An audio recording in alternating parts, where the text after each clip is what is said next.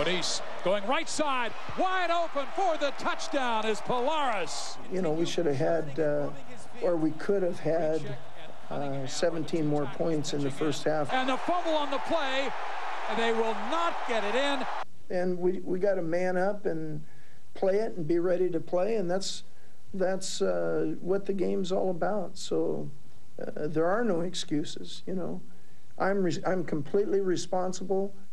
I hope you're all having a pleasant evening. It was a long 13-day road trip covering 8 cities, 5 states, 4 time zones, and 2 games, including a win at Army and Saturday's 31-13 loss at Colorado. UH football team's now back home. Warriors were bullied by the Buffalo's hurry-up offense. CU trailed 10-0 at the half on just 69 yards rushing. But by the end, the Boulder boys tallied 252 yards on the ground, outscoring UH 31-3 after intermission. Buffs, in fact, hung 452 yards total offense on Hawaii. Biggest stat, though, according to Warriors head coach Greg McMackin, was third down woes. UH converted on just 3 of 11 attempts. Buffaloes were 10 of 14. In any game, we're going to be tired and soft like we were in the second half if we don't help each other out, if we don't play together. And third downs is a bigger concern of mine.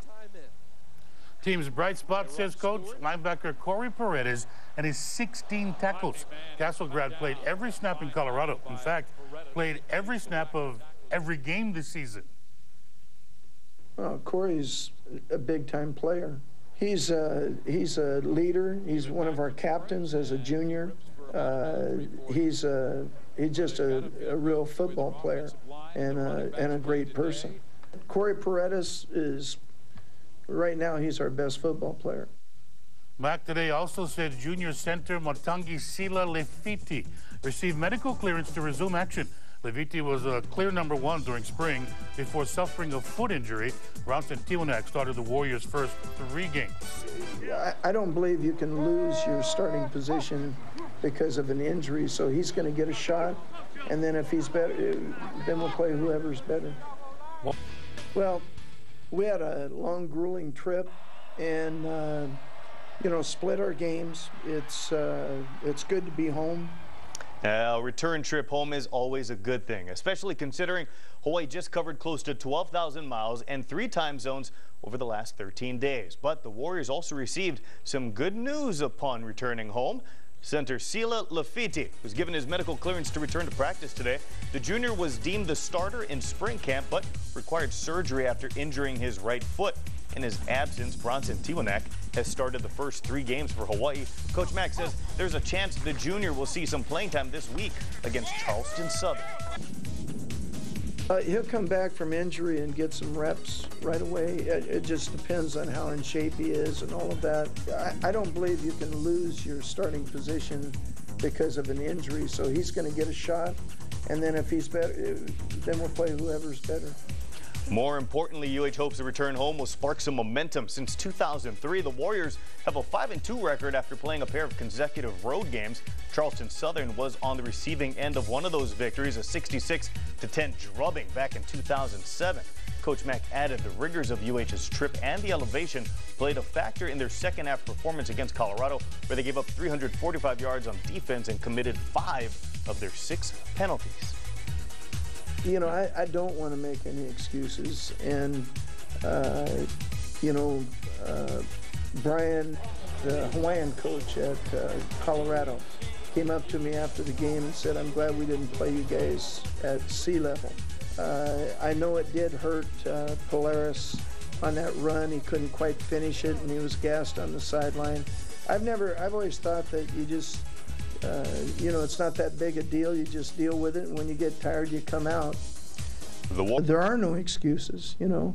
I'm completely responsible. I'm completely confident in my coaches, and I'm completely confident in my players. You know, I'm really looking forward to the rest of the season. We have 11 games left. With 3 games already in the books for the UH football team, the 11 games remaining on the schedule that Coach Mack referred to would include a bowl appearance. How you doing, everybody? Let's talk sports. The Warriors are now 1-2, having earned a split on what was an incredibly difficult two-weekend road trip that saw Hawaii defeat Army in New York, only to follow that up with a 31-13 loss at Colorado. And it was the missed opportunities early that haunted Hawaii twice in the opening quarter. The Warriors' offense stared at first and goal, only to come away with zilch. And in his Monday morning press conference, McMackin pointed out a key statistic: third down. While Hawaii was just 3 of 11 on third downs, the Buffaloes were 10 of 14, wearing down the Warrior D in the thin air of the Rocky Mountains. I mean, that's why they were tired. You know, I mean, that doesn't have anything to do with altitude. When you're sitting on the sideline, you know, you're getting rested up. So that's our fault. You know, I think at moments, altitude, I mean, when I was walking up the Dill, and maybe some of the rest of you guys, you could feel the deep breath, but then it goes away. In any game, we're going to be tired and soft like we were in the second half if we don't help each other out, if we don't play together. And truth be told, the second half was a nightmare for the Warriors Saturday as they saw a 10-0 lead get wiped away, getting outscored by the Buffaloes 31-3 after halftime. In fact, through 3 games this year, the Warriors have been outscored 53-17 in the third quarter alone.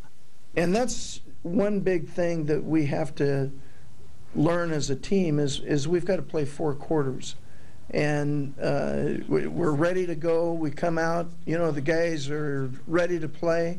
That's been obvious in all 3 ball games. They're competing.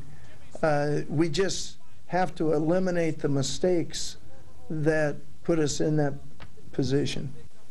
The Warriors are back home this week hosting FCS, or Division I AA opponent Charleston Southern.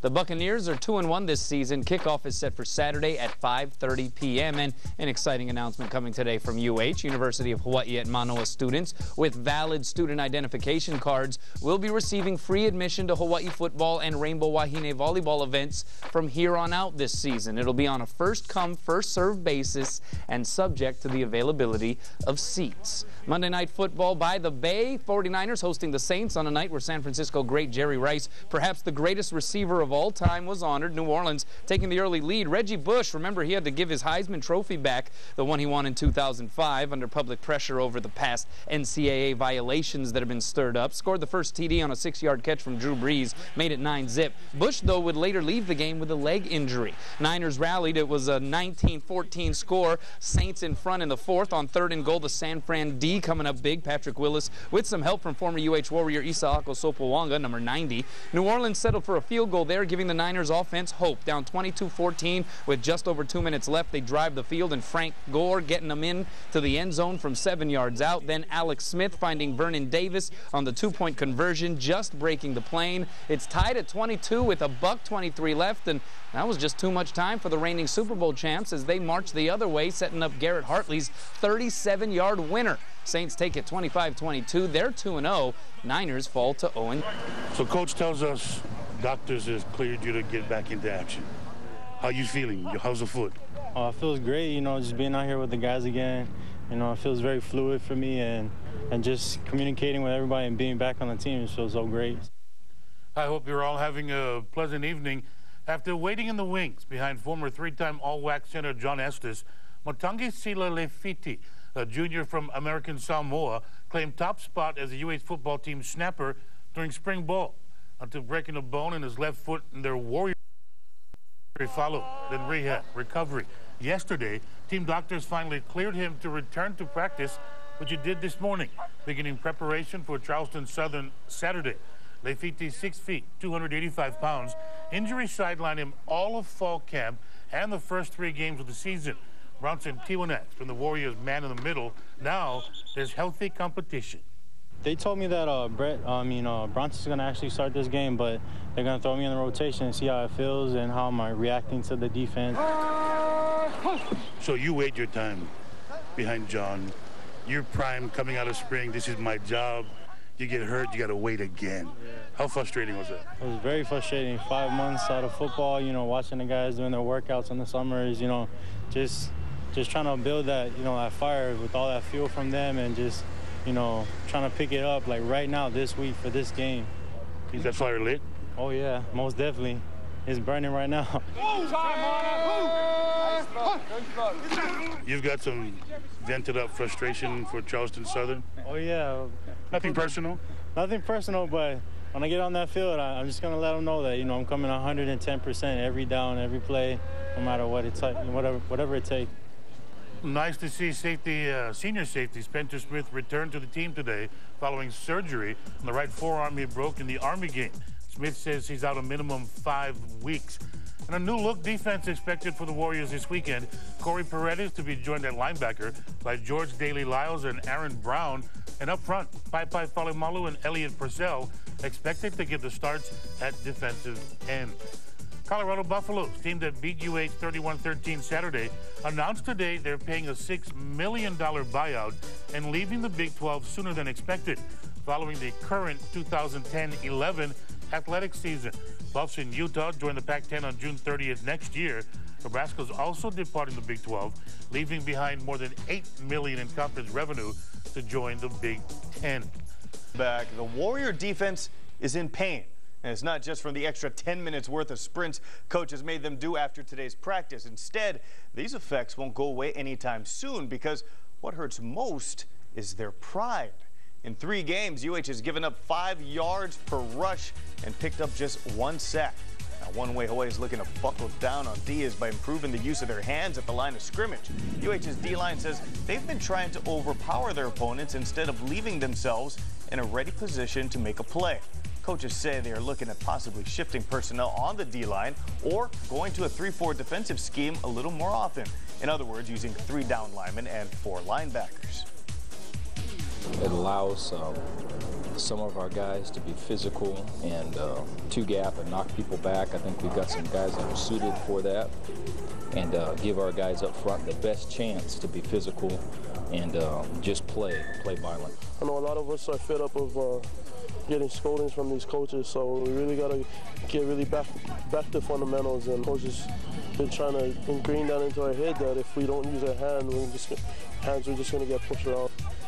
The Warriors host Division I AA Charleston Southern this Saturday. Kickoff is scheduled for 5:30 p.m.